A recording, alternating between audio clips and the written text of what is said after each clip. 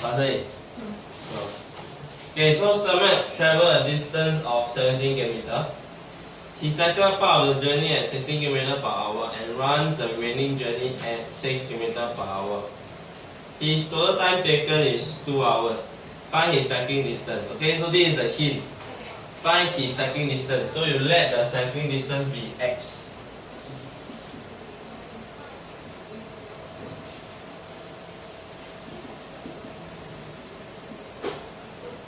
Okay, so another hint you need to know will be the DST, okay? The triangle thing, the D and Distance over speed over time.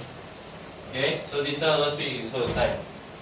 Okay, so from here we know that the total distance is what? Okay, what's the total distance? 17 km, correct? Correct? Yeah.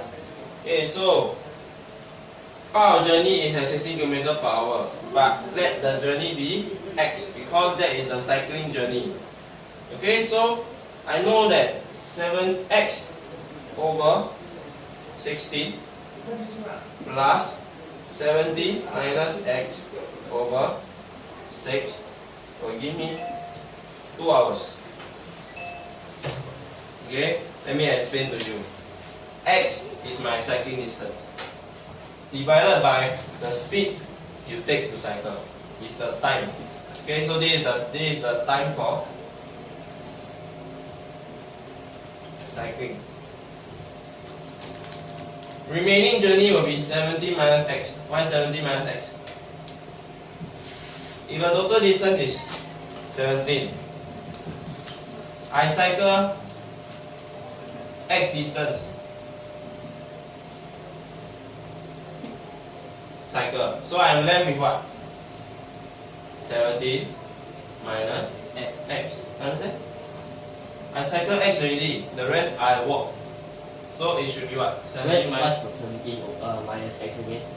Because it's the remaining. Total is 17. If here is x, here will be.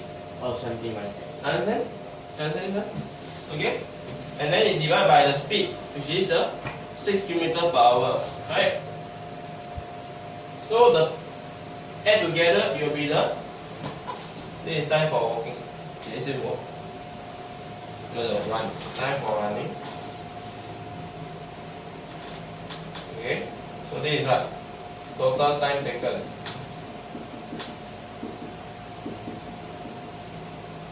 Okay? This is total time taken. Okay? So this is the formula you have to come up with. Understand? Everyone understand? I explain again. Okay, I explain again. I let x be the cycling distance because I don't know what is the cycling distance. But I know that the speed is 16 km per hour. I know that distance divided by speed will give me time. So if I take the cycling distance divided by the cycling speed, I will get the time for cycling. Understand? I take my remaining will be 70 minus x because 70 is the total distance traveled. Okay, I take 70 minus x, which is the distance for running, divided by the speed for running, will give me the time for running. So this whole thing is the time for running, this whole thing is the time for cycling. Add together, it will give you the total time taken for the whole journey, which is 2 hours. Understand? Okay, so from here, can you continue for me the equation and then give me the answer for x?